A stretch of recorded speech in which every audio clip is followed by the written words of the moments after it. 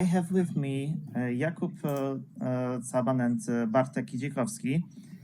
I bet you guys can experience a lot of reviewers suffer when they want to say your name, especially not the Polish reviewers. And yeah, that's something that you guys do not even make this part easier, because Bartek, your first name can sound also Bartov, which is Yes. very hard to say for abroad reviewers. But we are here to talk about escape rooms in very wide scope. So we will be talking about a game in a box escape room, as well as a physical escape room. Because before we started, I want you guys to introduce yourself and what you are doing besides the board games. And we will go to board games and how to design a board game. So I hope everyone who is watching us after this show will be able to design a escape room game. So I count on you guys that you will be able to transfer some of the knowledge and how to approach escape room puzzles and games, so people will be able to follow those rules. But before that, Bartek, Jakub, just a few short words about who you are and what you are doing on your daily basis. So on daily basis, both of us, we are co-owners of log.me. This is marketplace for escape rooms, where you can find, book, and review escape rooms, mainly from Poland, but also United States, Germany, Australia, and some other weird countries. So this is our daily job. Besides of that, we are doing something interesting, Jacob? I don't think so. Well, obviously, besides the obvious hobby, which is board games, that's why we are all here today. I am also a veteran puzzle player. I won national puzzle championship when I was just 11 years old. Right now, I'm kind of retired. I don't have time for that. But for years, I was participating in world puzzle championships, and that's from where I have the puzzle incline and puzzle ideas and all the experience required to create something new. Okay, guys, let's jump straight into the questions, because I have some questions with me here. But the first thing, are you board gamers? Like, before Escape Tales, are you board gamers, or do you like it was the first time when you faced the board games? I know, Jakub, that you are the biggest fan of Gloomhaven from the very first day. So Yeah, everybody knows that. yes, it is. It is. But apart of Gloomhaven, was you a board gamer before you start with Bartek designing escape room in a box? Yeah, definitely. My adventure with board games have started about 15 years ago, when I have maniacally started to play Risk with every friend that wanted to play with me. And then, as it always happens, it snowballed quickly into having whole room dedicated only to board games and table only for board games. And it's kind of crazy now. Some of my friends are avoiding me because they know that I will want to play games with them, and not only the puzzle kind games. And you, Bartek, how about you? What is funny, I'm not so big fan of board games. Love of my life, Paulina loves board games, but I'm not so specially. But I think this is good. Because when we are doing some stuff with board games, Jacob have this feeling of board gamer, and I can look on this and said, okay, but the guy who don't like board games but loves escape rooms, for example, would not love this. So let's make some changes, for example, to do this more accessible for other people. So sorry, but I'm not so big fan of board games.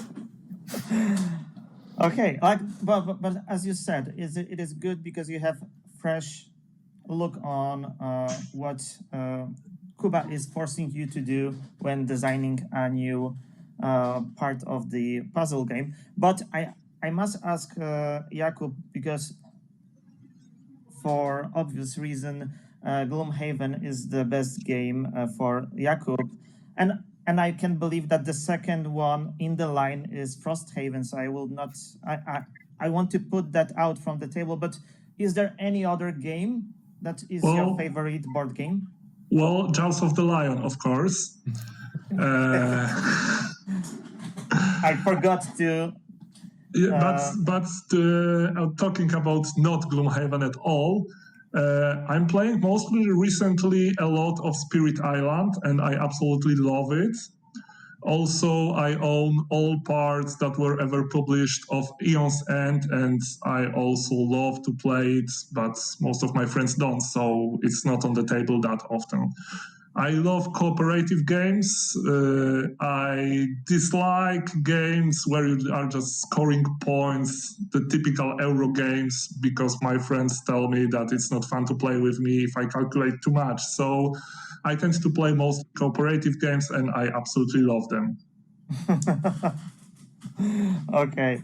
Now, if we are behind this introduction part, let's move on to Escape Tales, especially Origins. So how this started. And the funny part of this story is that we met together exactly in this team. So Jakub, Bartek, and me, totally by accident. Like our friend said that I know those two guys who are running this Lock Me page, and they was thinking about doing a board game version of the escape room games, and you are doing, Philip, a board game, so maybe you will meet and something happen. And actually, yes, we met. It is like 3 years ago, like. Yes, I believe it's like. Yes, it's more than 3 years. 4. Yes, it's actually 4. Like, if we count not the premiere of the first escape room game, but all the time when you were working on them, we were all young and beautiful back then. Yeah. Yes, and we are still beautiful. Maybe not young, but still beautiful. So. Like, of course, we met. We talk about maybe we will do something, and we gave a try to some of the ideas. And actually, the very beginning of our cooperation was not an easy when it comes to designing a game, right? Yes, it was even really weird that you decided to cooperate with us, because we didn't have anything when we called you. As I know from people who'd like to publish their board games, usually they need to have whole game prototyped, and they need to go to this bad publisher who will tell this is bad game, you need to go to the other publisher. But in this case, we just called you. You came to our office after half an hour, as I remember. We said, hello, we want to make an escape room game because we are doing escape room website. What do you think? You said, I need to think a little bit, and you go to your partner, Irek, and you called us after, 3 hours. You decided, okay, let's do this. So it was really weird, but yes, beginnings were quite hard because no one of us, we didn't know what we need to do. So we started from a story, as I remember. Yeah. A little bit. We draw a house. And decided to do this escape room in a house without knowing what's going to be there. And it takes for about a few months, like 6 or 7. And basically we was half a year, we was actually in the moment after those few months, like it was about half of a year, that we was very close to say, like, we will not, like, it will not gonna happen. Like, it's like we have no idea how to push which mechanism, because at this moment, that day, there was already escape room games on the market, very strong, Exit, Unlocks, and so on. And to jump into the train of escape room games, you need to show something new. some novelty, like some mechanism. So it's very hard when the train is in motion and you want to jump in. But actually, after those few months, you guys present the new version. But before that, we set a key feature points. Do you guys remember those key feature points with which need to be in our game? Well, some of them. Yeah. Please, guys, allows me to test your to test you. What was those key features? Because I have narrative interesting story. That was surely one of them. I am sure of that. Longer time than 1 hour. No time limit. No time limit. All. Yes. Yeah. No punishments for taking hints. For Yes. sure. Yeah. At the beginning, we wanted to make it episodic, if I remember correctly. Yes. A series, one story across the few. A few games. Yeah. And there was also one very key feature, like you no destruction of elements. Yes. So no distraction, no time pressure. Actually, of course, in escape room games, you need to have a type of pressure, but you introduce this token pressure of running out with the tokens rather than, oh my god, we need to fit in this hour, and a different type of pressure, but works. For in the end, it worked very well. Exam. So the beginning was very hard. Then we set some the key features: no distraction, no punishment for taking hits longer than 1 hour. And our ambition was, if I remember good, is to do it a Black Mirror type of escape room game. And basically, all at the beginning it wasn't Black Mirror. Black Mirror was low memory.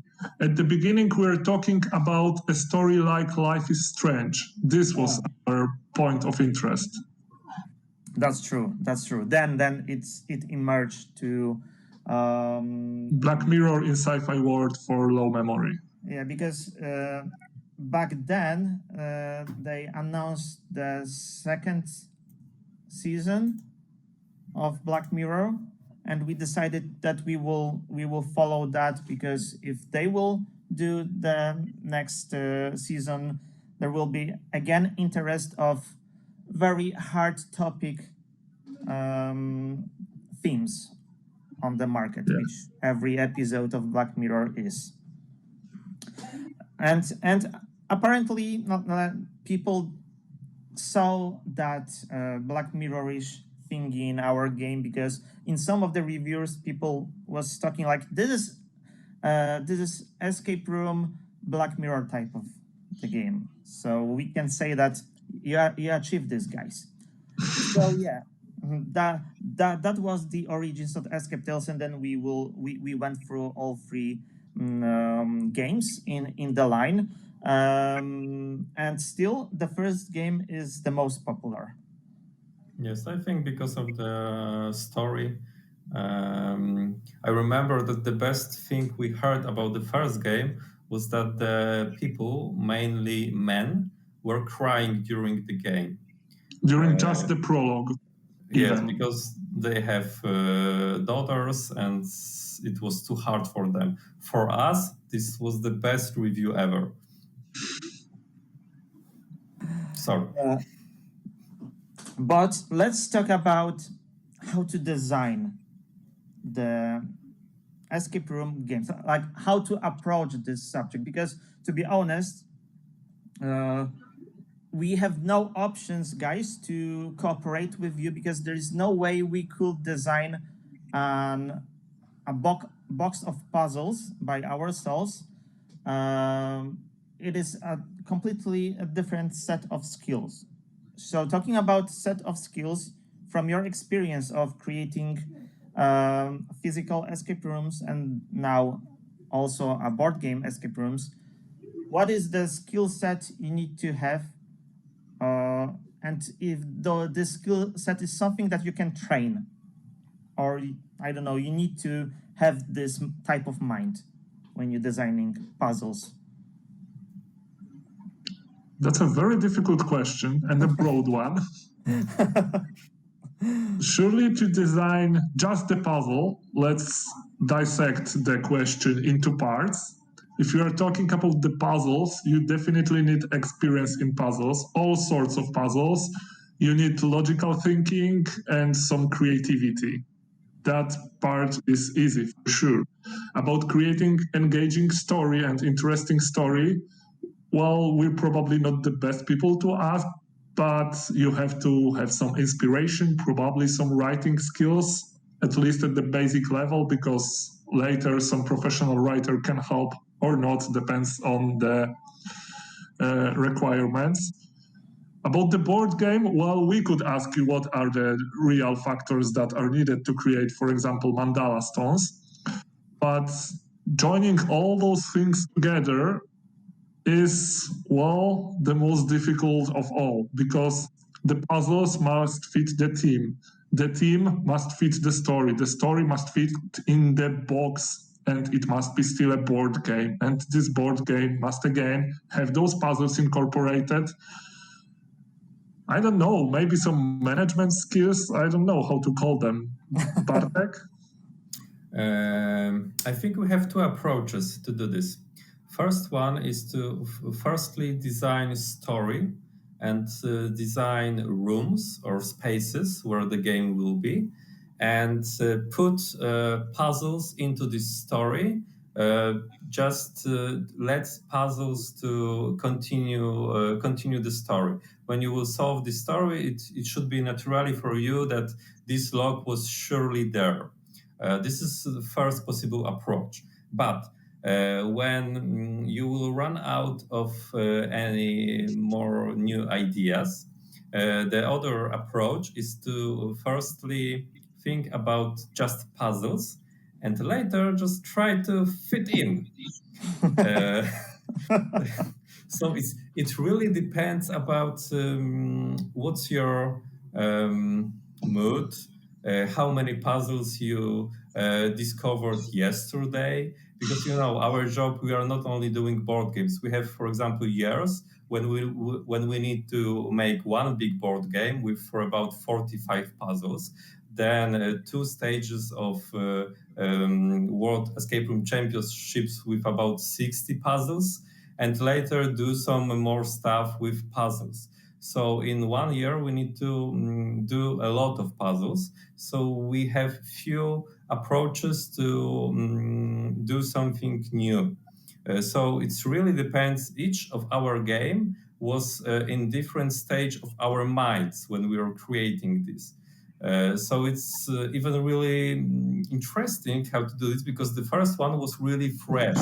The puzzles were quite easy and they were really fit to the team.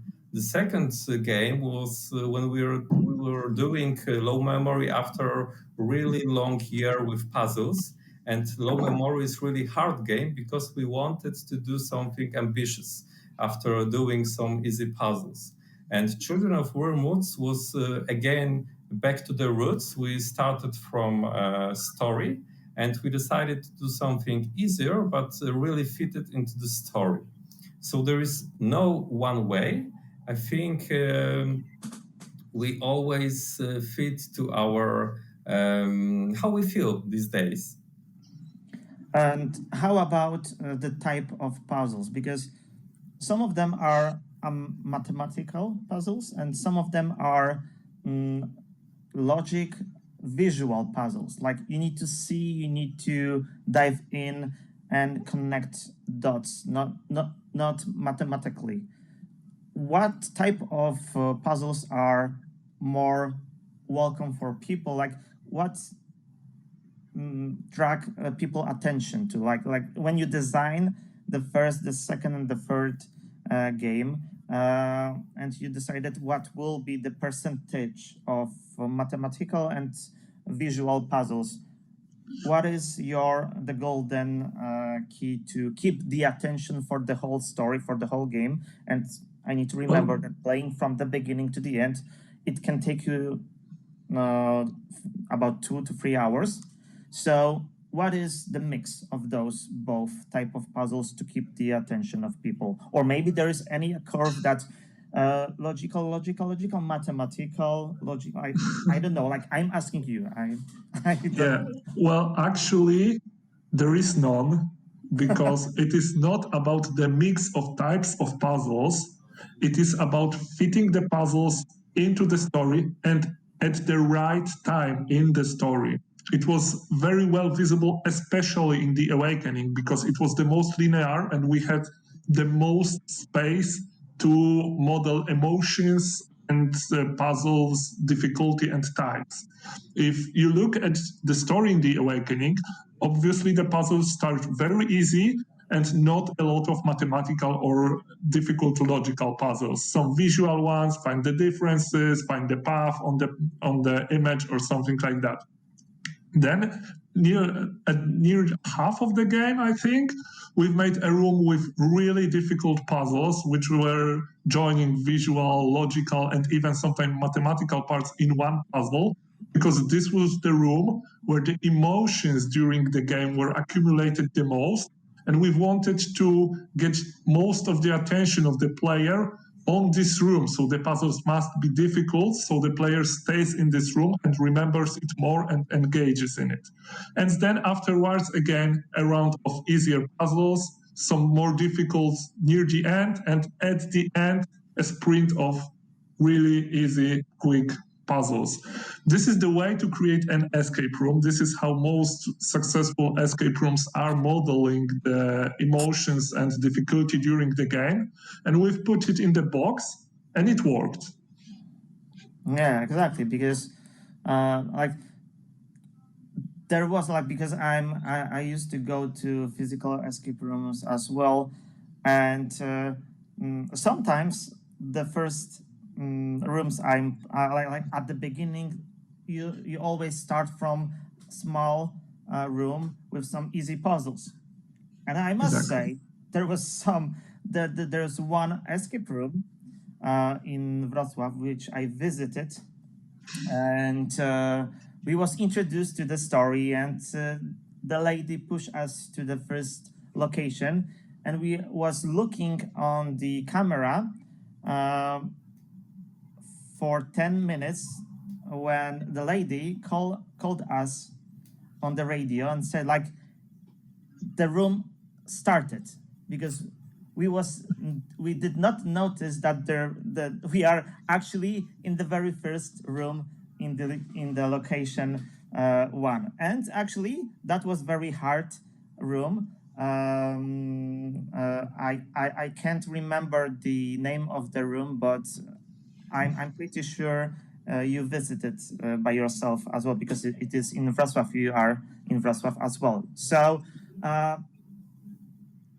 I'm so happy that you took the way of the designing the physical room and put into the game room, and the first steps are easy. Then you need to give to people some satisfaction of doing very hard puzzles. But talking about very hard puzzles, where is the line which the designer should not cross when it comes to the level of the puzzle, when we are talking about escape room in a box? So after you experience the people playing escape tales, what was the hardest puzzles for people? Because sometimes it's not about the puzzle which is hard, but how people perceive the puzzle itself. Like where was the line?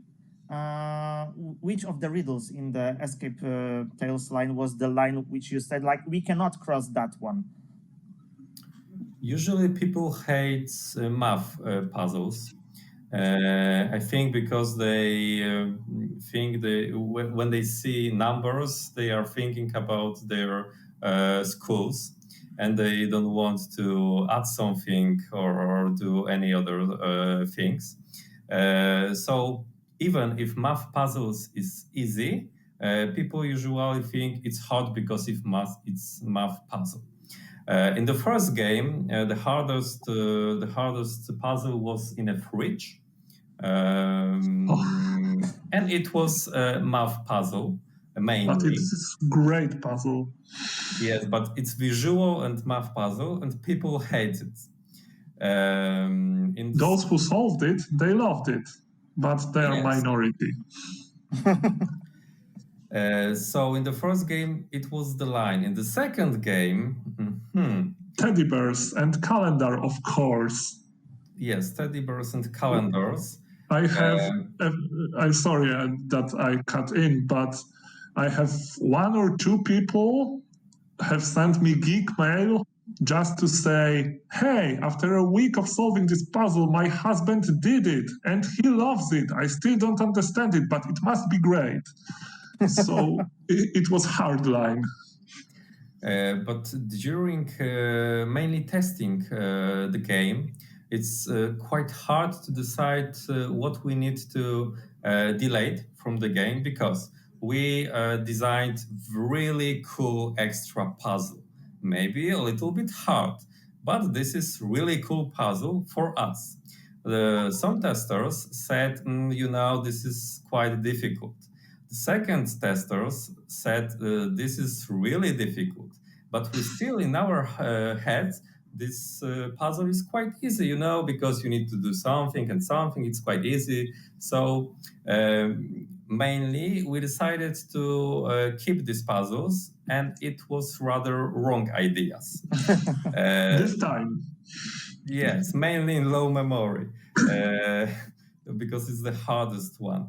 But when you are designing this this board game, mainly during testing, which is really, really important, and you need to leave a lot of time for testing the game. It's really important to listen to people, especially with puzzles. And what is also important, you need to have different people to test your puzzles. You need to have escape room lovers, you need to have math students, you need to have normal, regular guys, and you need to have some stupid ones. And to see where is this line when they cry, each of the group. And honestly, after some time, I think now we would like to delete some of our puzzles, or just a little change them to be a little bit easier, just because we thought that if we know it's quite easy, it should be easy for other people. Yeah, I experienced playtesting the first one with the groups in Wrocław by myself, and observing people trying to solve the puzzle, which when you know the puzzle and you look people experience the puzzle for the first time, it's very funny and sometimes very weird, because there is the answer in front of you, and you see those people creating the solutions that you never thought that you could think about the puzzle in this way. And sometimes we experienced that the puzzle was able to be solved on 2 different ways, even though it was meant to be solved only in one way, which was the correct. Or when you can solve the puzzle on 2 different ways, you decide to kill that one path or keep it for people to experience both. Jacob? I'm sorry, I didn't understand the question. Could you repeat? Okay, so usually we decide to keep one way of solving the puzzle, because good puzzle always should have only one way of solving. Yeah, that's the one rule of puzzles. Yes, if puzzle have more than one ways to solve this is really bad puzzle. You should destroy this. Kill or it with fix fire. it. Yeah, or fix it, right. But playtesting escape room games is very hard, because in Legacy, basically you exploit the testers by the first playtest, and if they know the puzzle, their second, of course, they can play again and see the difference, like what was before and what is right now, and tell you if you change it in the right direction or not. But there need to be a big group. Like how you accumulate, like where you get those people from. It is pretty easy because we just post on our regular Facebook of LockMe that we are looking for playtesters, and people just write to us. We have pretty big fan base of LockMe, so it works perfectly.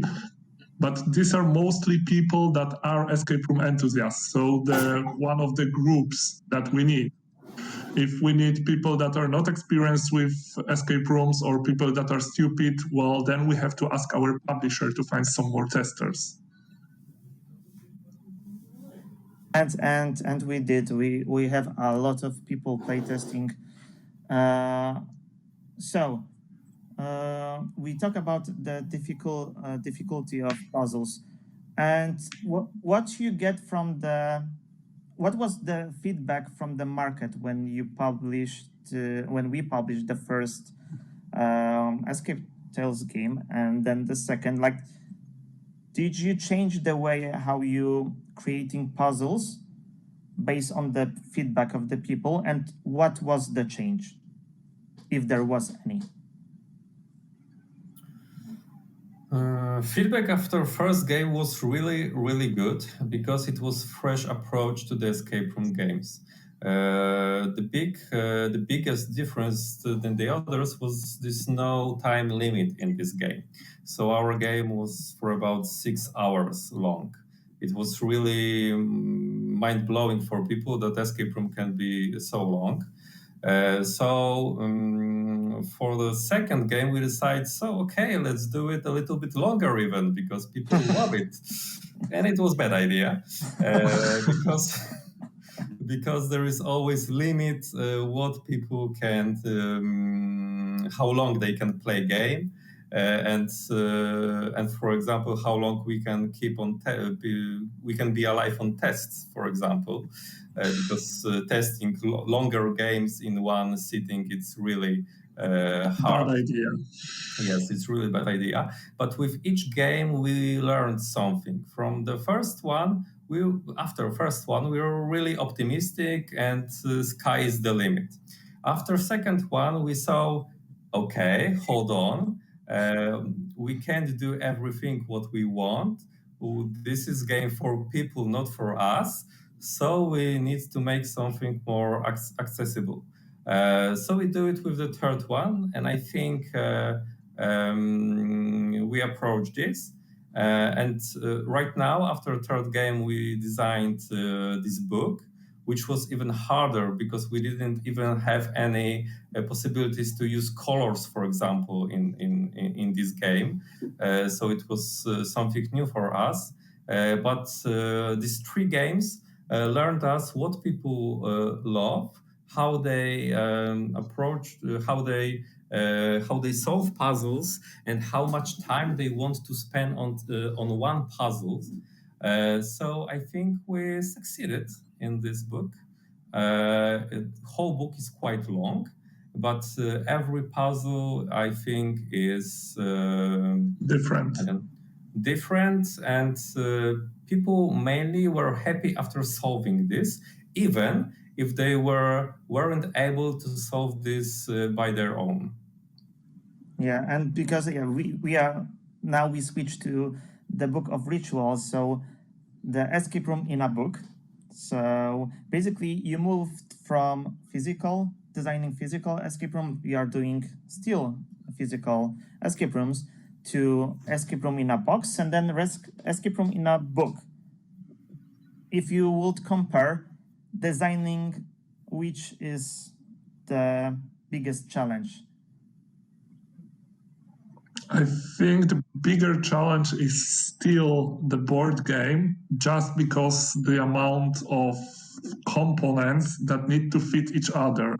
In a book, we knew the factor. We knew that we just have one color and we have pages, certain amount of them. It was limiting, it was difficult, but it required less attention to composition of all components. So that is my take on the story. Maybe Bartek has other. I agree. Basically, when you limit yourself, it is one of the key part of designing actually board games. Like when I'm trying to design a board game, the more limitation of how many components, what type of components I will limitate myself, helps at the beginning to form the skeleton of the game design. Then you can add some meat, skin, and so on. But yeah, by limitation, it is something that you can help yourself by those limitations. And basically, Yes, we learned. Yeah, go on. We learned that especially during Children of Wormwoods, because you, as a publisher, at the beginning of work on Children of Wormwoods, told us, guys, everything goes well, so you don't have to limit yourself at anything. Do whatever you want. You can do really, and we can make it happen. Yes, and we can make it happen.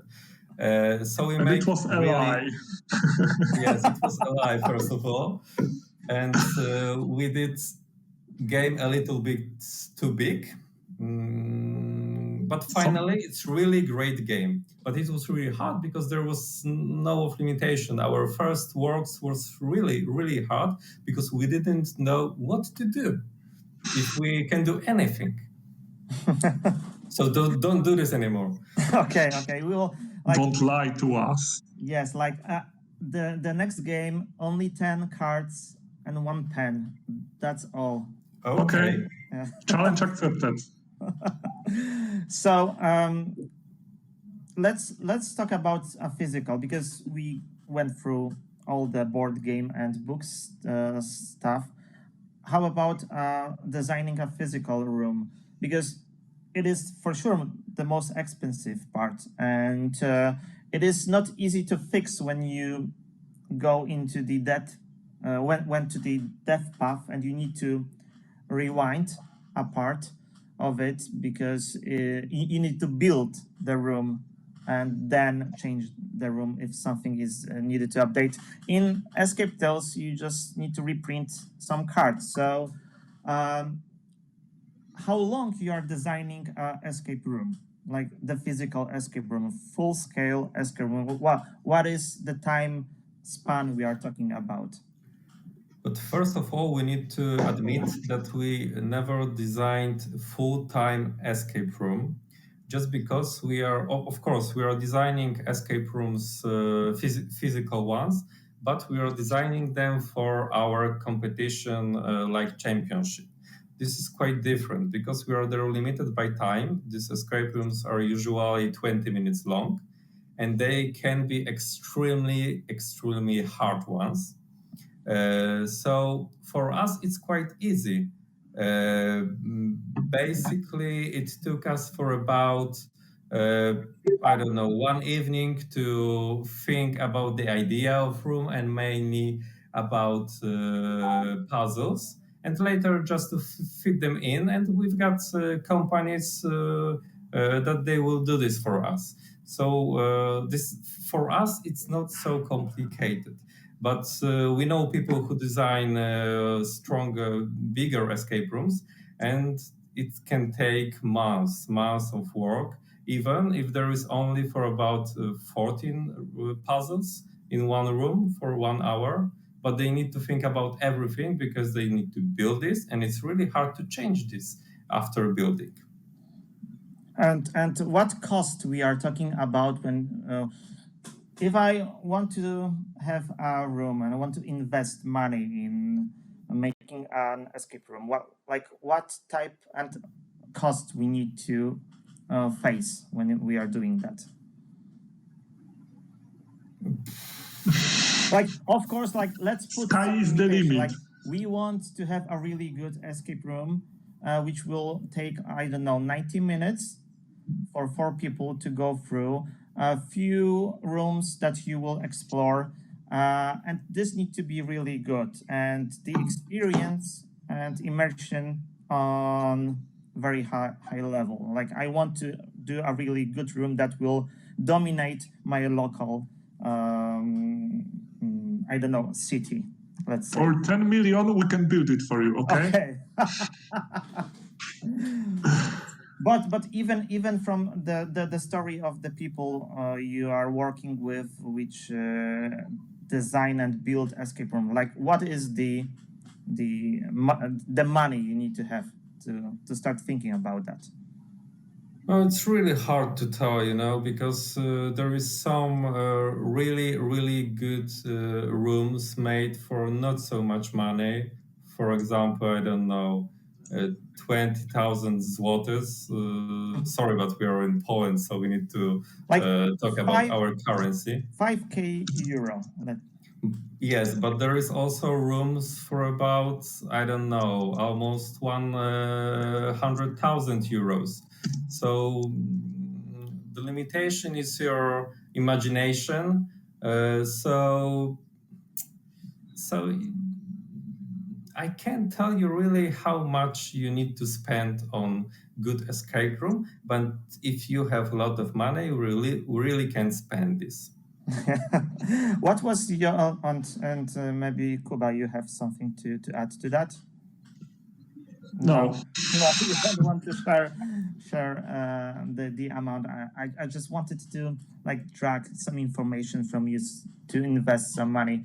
But what was your personal best room you visited? And it can be the biggest, the coolest, I don't know, the hardest escape room. Like what was that room and where it is located? After about 500 escape rooms, it's really nearly impossible to nominate one. Okay.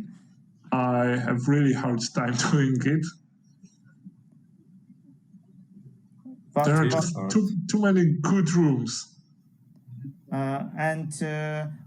I know about one room, I don't know where it is located, but it is located in Europe, that is taking place in one big prison. And it's in Breda in Netherlands. This is a real prison, really big one, but the escape room is for about 100 people, something or like even this. 200, I think. And even 200, you're starting from your prison cell with your roommate, let's say that. And this is partly escape room, partly some kind of theater, because there are people you need to talk with, to do something, to escape from cell. And yes, I think this is the biggest one in the world even. And we were in this prison, but never played it. Okay. And what you need to do to submit yourself? Like you need to school yourself, or there is some preparation period because you are you jump in. You just need to pay for your ticket and be there. And be there. That's all. Because from what I know, that there are actors there. And yes. Of course, other participants. Because the most escape rooms which I participate in, there is only our group of people that go there. But there you are playing also together with other random people, which you don't know, and you need to find out who is who, right? Yes, but this case is more like theater. Not more like escape room. Okay. But in real escape rooms, right now, it's really common that you will meet at least one actor during the game. Maybe he will scare you, maybe he will help you during the game, you never know. But it's pretty common. In Europe, rather you won't find any rooms with public ticketing, so you won't be placed in one room with strangers to play. But for example, in the United States, it was really popular before pandemic. Right now, it's rather it switched to the private rooms. But before, there was possibility that you will go to the room and you will have there, for example, 6 strangers to play with you, or even 12. I had some cool moments when I experience escape room, and I start with me and want to hear what was your coolest moment, not escape room games, but the coolest moment of experience the escape room games. I have two. The first one was the escape room which happened in on the ship, and during the game, the rooms start moving, and basically you was sailing like, and you feel like you are sailing. The whole room was that the floor was in motion all the time. So and that was by surprise. We the puzzle was about to turn on engine, and we thought like we turn engine and I don't know, something pop up, and here there is a key to another puzzle. But no, I turn and start the engine, and the floor start moving left, right, and that was one of the cool part, unexpected. And the second was one, in Złoty Stok, yes? yes. The saddest part of this is that there is no more this escape room in Złoty Stok. Yes. Now there, in the same place, there is a restaurant. So, but the second coolest part, and it was also a surprise because you could feel it, that this is the low cheap escape room. It was fun. We had fun, but we was only in one location. It was prison, so it was okay to have it only in one location. But in this room, I experienced the coolest way of the room master to give you clues to help you if you're stuck with solving a puzzle, and to keep everything very thematic. To ask for a help, you had to knock to the wall, and there was a hole inside the wall, and the guy from the cell adjacent to you, so the other prisoner, put you a smart list with your help. Like you knock, you say what the problem is, and the guy had prepared all the possible answers to questions that may happen, and just pick one and just go through the wall. So you experience like there is a guy locked in a cell adjacent to you, giving you some help. And that was really cool because there was no, radio, like, you need to break your mood to call the radio. But now there was a knocking, asking for help, and the answer come through this little hole, and you could keep the feeling and the immersion in motion. And what was yours, the coolest moments? I love all the moments when I go with Bartosz and his girlfriend to a horror room. All scary moments are great when she screams. Yes, that's true. I love the troll one moments where room plays with you. That you need to do something really out of the box, and for example, something was available to do from the beginning, but you figure it out after some moment. There was, for example, a really maybe not easy but simple room where there were whole wall of windows, and your goal was to go to the second room, which was next on the other side of these windows. But after, I don't know, 15 or 20 minutes, you realize that there was no one of these windows in this wall. So from the beginning of the game, you were able to go there just through the hole, but your brain didn't saw this because it was wall from with windows. So you never know that there was always hole.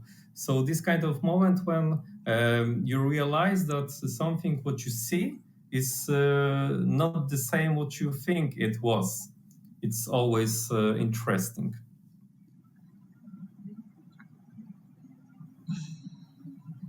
Sorry, I can't hear you. I cannot hear or see Philip. So. Oh, I can hear you now. Okay, so because I'm switching to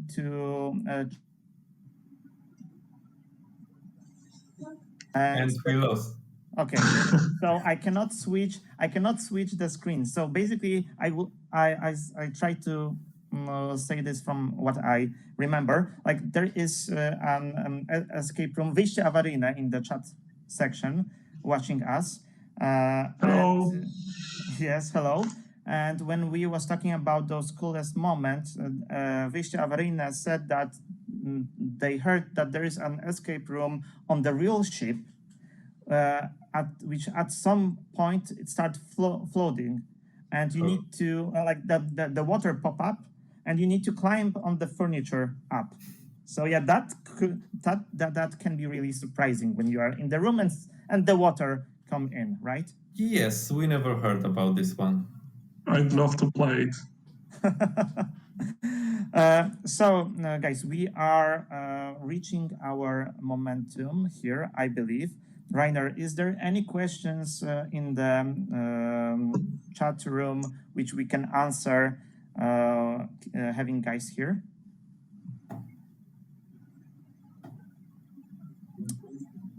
And Rainer, are you there? Okay, we are locked in this conversation. Yeah?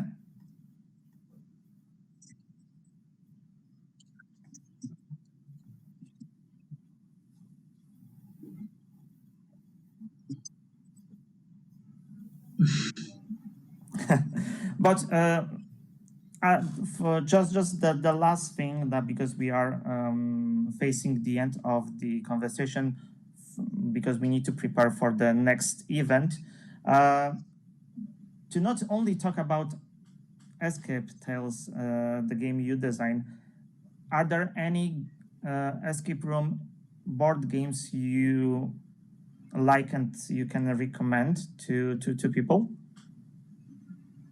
We love all of them.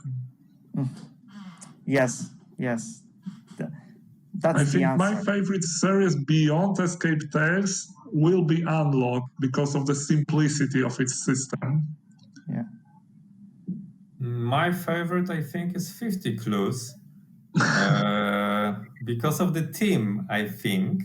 But yes, this guy really showed that there is no limit with theme and limitation about some specific, I don't know how to call this, situations in game, little stories. Story nuances. Yes, and to not spoil the people with the you can all check what the game is about, and what you will say, because there are also those escape rooms, or I can say more puzzles in a box on Kickstarter. There's a lot of those Kickstarter project when you are buying a box full of stuff, puzzles, and those are in the same category of board game puzzles, or though this is something different, like some different experience rather than board game escape rooms? Because I never bought by myself one of those, but I know that you are buying most of them and playing. They are usually different experience. They usually don't follow the theme or the story this hard, but we haven't seen all of them. There are many of them. We have ordered like twice, and after one of them, which was very expensive, turned out to be of really poor quality, we've stepped back and stopped buying everything because it wasn't worth our money. So we are not up to date with everything that is going on Kickstarter because it's too much. Yeah, there's a lot such of projects, and exactly. Probably most of them will come out with poor quality, and some of them will be great. And we just don't have the time and maybe motivation to go through them and select which ones are interesting, which are not. Yeah. And do you have a lot of situation, I will shortly come back to designing, because that was the question which I had on the back of my head. Is there a risk that designing so much puzzles in 1 year, at some point you start repeating yourself without knowing that? And how you prevent yourself from giving the same type of puzzle, but a little bit different, without knowing that you are repeating yourself? There is no shame in putting the same type of puzzle in your next game, but always you rather need to make some twists to the mechanics. Because there is a limit of types of puzzles, I guess. So you always need to think about mixing the rules of these types. But honestly, it's hard. After designing hundreds of puzzles, it's really hard even to remember that you designed the same 3 years ago. And there were some situations when we designed something, we decided, wow, this is cool, this is extra. And later on, oh no, we designed this 2 years ago in this game and we can't repeat exactly the same idea.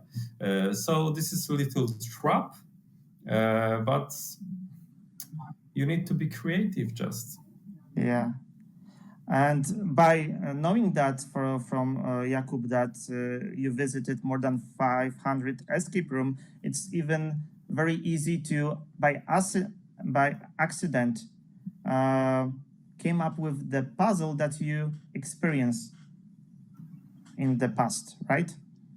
Yeah, And- but that also is not a shame, because puzzles are repeating, even between escape rooms that never talked to each other and are separated by hundreds of kilometers. Those are just ideas. They may be inspired by something that we have seen, but then we have to again work on it and make it work in this context that we need it. Yeah, basically, like in the board games, like there is worker placement. Someone invited worker placement, then the worker placement is reinvented, used by many games. You just need to show that you have an idea of how you will use this mechanism and how you tied it with the theme. So there's Exactly. no other thing. Okay, guys, thank you for this interesting conversation about the origins of Escape Tales, how the process looked, what was wrong, good, what was the conclusions, and what you learned. And I hope all the experience, I'm not hoping, I'm sorry, I'm sure that the whole experience you got from Escape Tales is now in the Book of Rituals, and people can experience the experience of Bartek and Kuba designing a lot of nice puzzles put together in something new for them, which is a book. And we are very excited that very soon it will be on shelves and on hope the tables of players. So thank you, guys. Yes, thank you, guys. It was a pleasure to yet again meet each other and talk about escape rooms.